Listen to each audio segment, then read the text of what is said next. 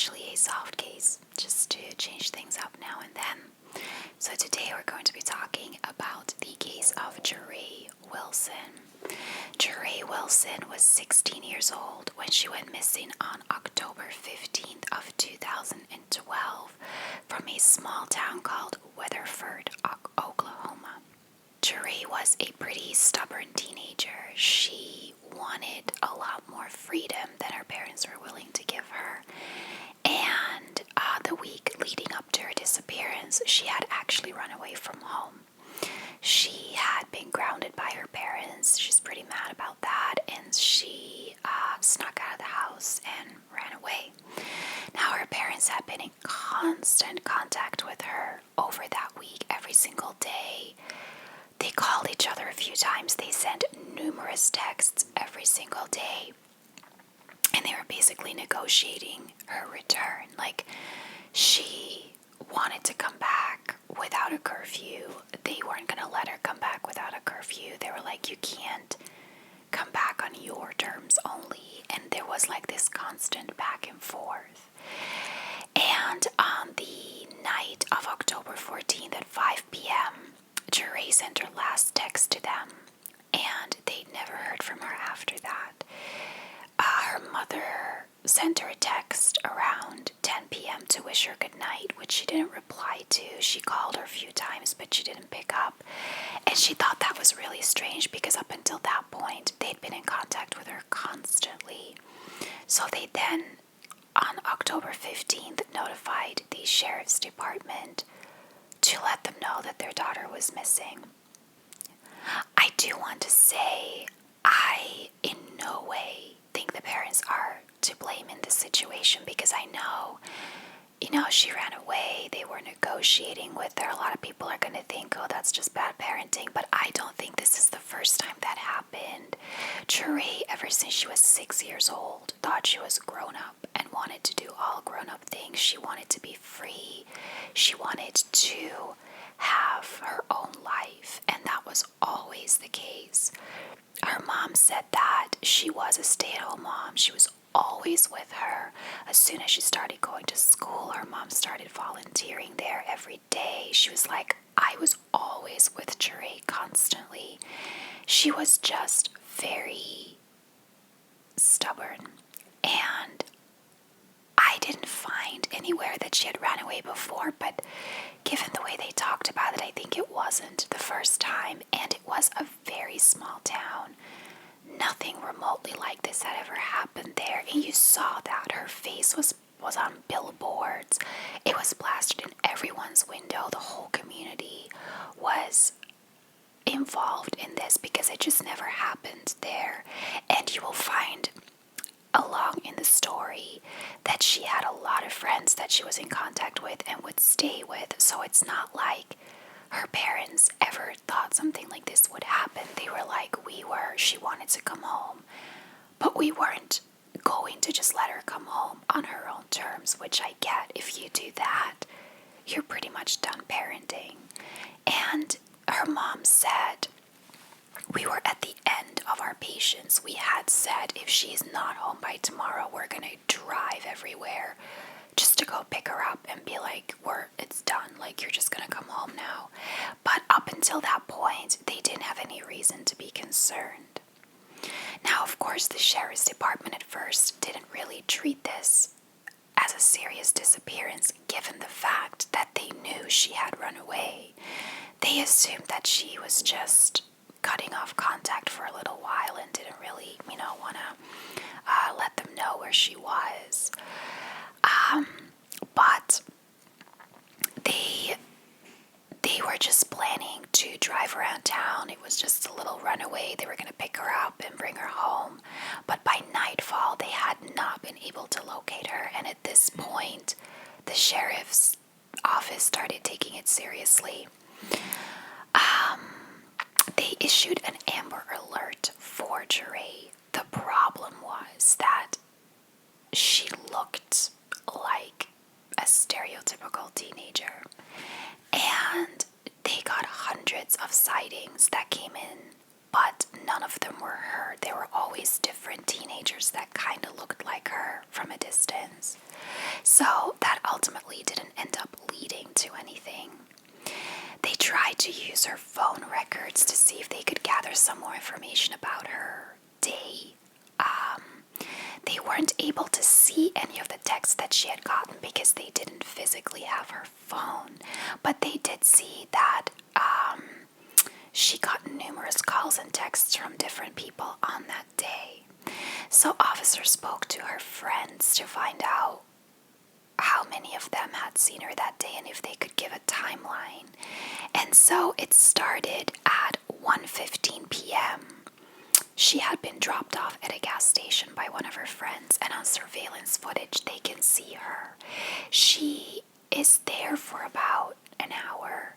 She's sitting down, seemingly waiting for someone. She's just like playing with her phone. She doesn't look disturbed by any means. She looks like she's very calm. And then around 2:15 she gets picked up by another friend. And he said he dropped her off in a place called Rutherford where one of her best friends lived.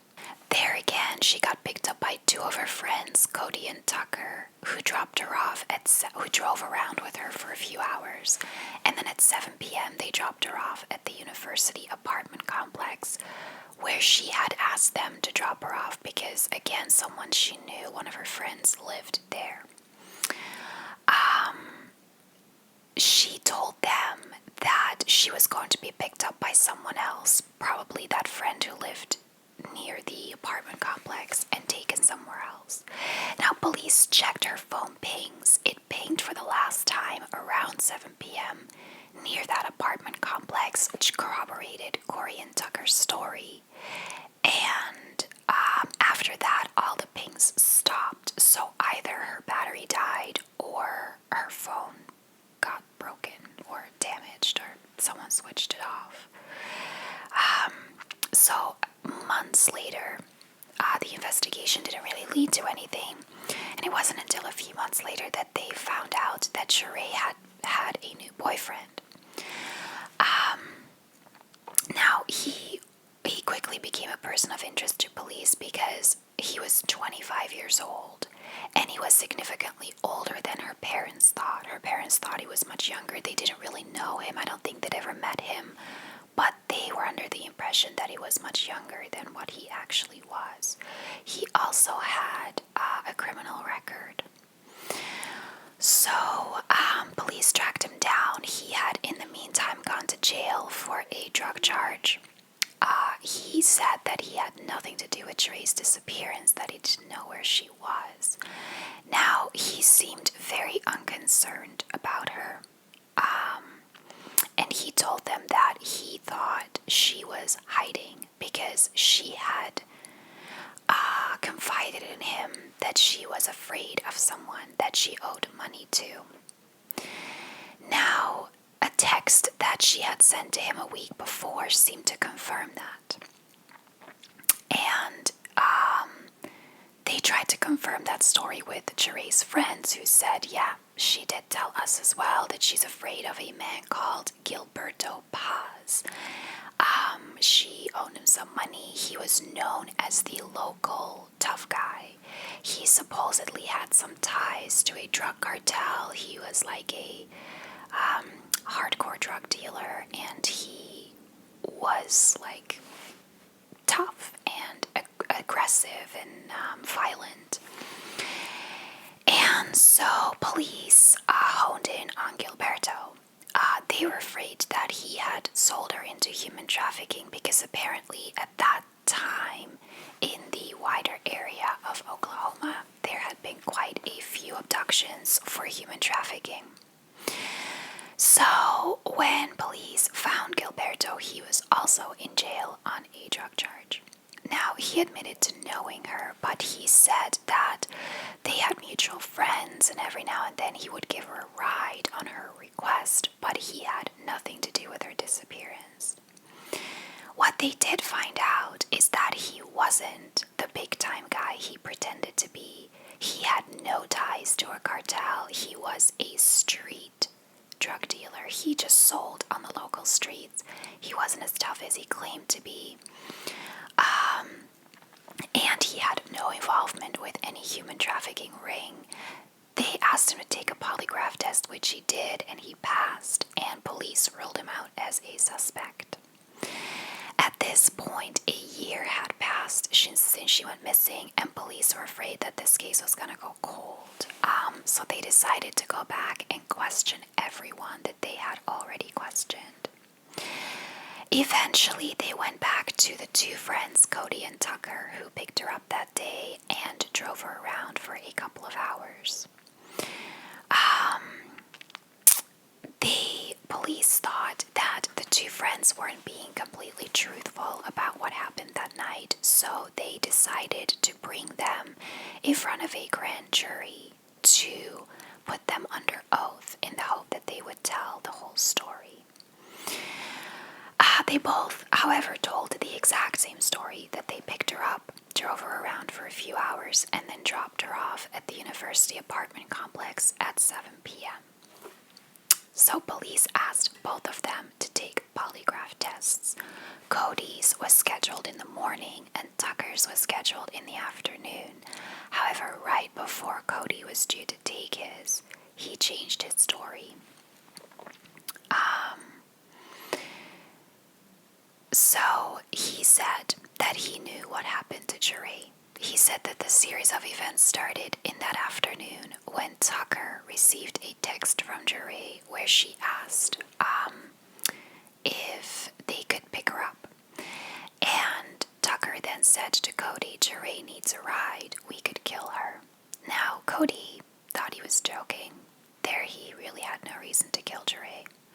So they picked her up. They both actually got high on synthetic marijuana, and then they picked her up and they drove to a deserted area where they actually spent a couple of hours just talking to each other. However, JaRay was very preoccupied with finding a place to sleep that night, so she was constantly on her phone trying to arrange that with people, and for some reason it really annoyed Tucker that she wasn't actually talking to him. So at some point, Cody saw Tucker go to the car and grab a gun, which he put in the front of his pants. At this point, Cody knew that Tucker was going to go through with what he had said earlier, and he actually jumped in the car to flee. And in his rearview mirror, he saw Tucker shooting JaRay. She did not see it coming at all. She was looking down at her phone, and he shot her in the side of the head. Cody then got out of the car, and Tucker told him that he needed help to hide her body, and Cody felt at this point that he was so deep into it that he had no choice but to help hide her body. They took all her possessions with them. They smashed her phone, which I'm guessing they did somewhere around the apartment complex, because when I first was going through this story, it sounded to me like they smashed her phone right there. But since it pinged for the last time at the apartment complex and they definitely didn't drop her off there, I'm guessing they smashed it there. And then they discarded of her other belongings in dumpsters around the town. The next day they went back with a friend of theirs called Caleb to bury her body in a grave that they had dug. Now, Cody couldn't tell police why Tucker wanted to kill her. He seemingly had no motive. Police then took Cody to the crime scene to find JaRay's body. And they were a little concerned because he didn't seem to know where it was. He was like, I know it's in a 50-foot area around here, but he couldn't pinpoint where it was. And they said that it was almost like divine intervention because the night was setting, and when it was getting dark, there was a single beam of sunshine that shone through trees, and it illuminated a skull, which then ended up being this shallow grave where they had buried her body in. And then dental records later confirmed that it was JaRay. Tucker at this point still didn't know that Cody was helping police. He didn't know that they had found her remains. And so police wanted Cody to call Tucker while recording the conversation and get him to confess to doing it. And he essentially did. The conversation went something like, "Man, I can't believe we did that. I can't believe we got away with it." And Tucker just went, "Yeah, yeah." And then he said, "You hit the gun, right? Please tell me you hit the gun." And Tucker said, "Yeah, I hit it." So to police, that was almost enough to arrest him. But they still didn't know for sure that Cody was telling the whole truth, so they also decided to interview Caleb, the third friend that they took to bury the body. Caleb had been extremely uncooperative up until this point. So they brought him in again to question him, and when they told him that Cody had shared all the information and that they had some evidence, he buckled and told them the exact same story that Cody had told them, which was enough for the police to arrest Tucker. So they went to his house to arrest him, and they found in his room that he had a lot of materials there about serial killers, that he was obsessed with the TV show Dexter, and that they believe he was a serial killer in the making. Now, I'm not saying that everyone who loves Dexter is a serial killer. Okay, I love Dexter. I watched it and thought it was a really good show. It came highly recommended by friends of mine. So that's not an indication, obviously, but apparently he was obsessed with it, like he watched it constantly. And just based on all the other materials, it was clear that he had committed his first of many murders, and that was also his motive. He just wanted to kill someone, and since JaRay was vulnerable at that moment, a runaway from home looking for a ride, it was just an easy target for him. He was ultimately charged with first-degree murder. His trial began in February of 2015. Now, Tucker didn't even once show an inch of remorse. He was found guilty of first-degree murder and was sentenced to life in prison without the possibility of parole. But Tucker's sentence was appealed, and the judge ruled that because of his age at the time of the crime, he should have possibility of parole. He was 10 days away from his 18th birthday. So according to the prosecutors, he was an adult. He acted as an adult. He knew very well what he was doing. But legally, he was not an adult. So the judge gave him possibility of parole. Cody pled guilty and was not given a prison sentence at all. I think he was given a probation sentence because he helped them so much to track down Tucker. I don't fully agree. Actually, I don't agree at all. He's ultimately still partially guilty, at least, of killing JaRay. But I think in order for him to give them as much information as he did, they probably had to cut a deal with him. And then Caleb was also pled guilty and was actually given 2 years in prison, and he will be on probation for 15 years. Yes, he didn't actually kill her. He went with them to bury the body, but I still think you're not equally guilty, but you're still very guilty. I mean, ultimately, you know that they killed someone. You know where the body is buried, and you don't report it. Like, that makes you guilty of a crime just as much.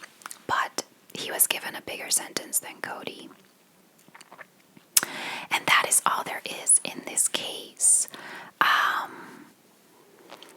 Again, I respect your opinions, but please keep it kind in the comments. After the last case I did, a lot of people blamed the mother of Tegan, the toddler, for leaving him there. I don't think you can judge that. I mean, everyone's circumstance is different. And I don't think you think rationally in that moment. It's because some people said, why didn't she just get help closer to home? I don't think you think about stuff like that when you're in a situation. And I can already see online as well that a lot of people don't agree with her parents' approach, and that may be so. But I also think a lot of parents would have done the same thing. Again, small town. Nothing like this ever happened there, and it wasn't the first time that they had like a standoff with their daughter. So they ultimately lost their only child, and I think they will forever feel guilty about that anyway. But I can understand where they were coming from. So that is all there is. Thank you so much for watching, and I will see you in my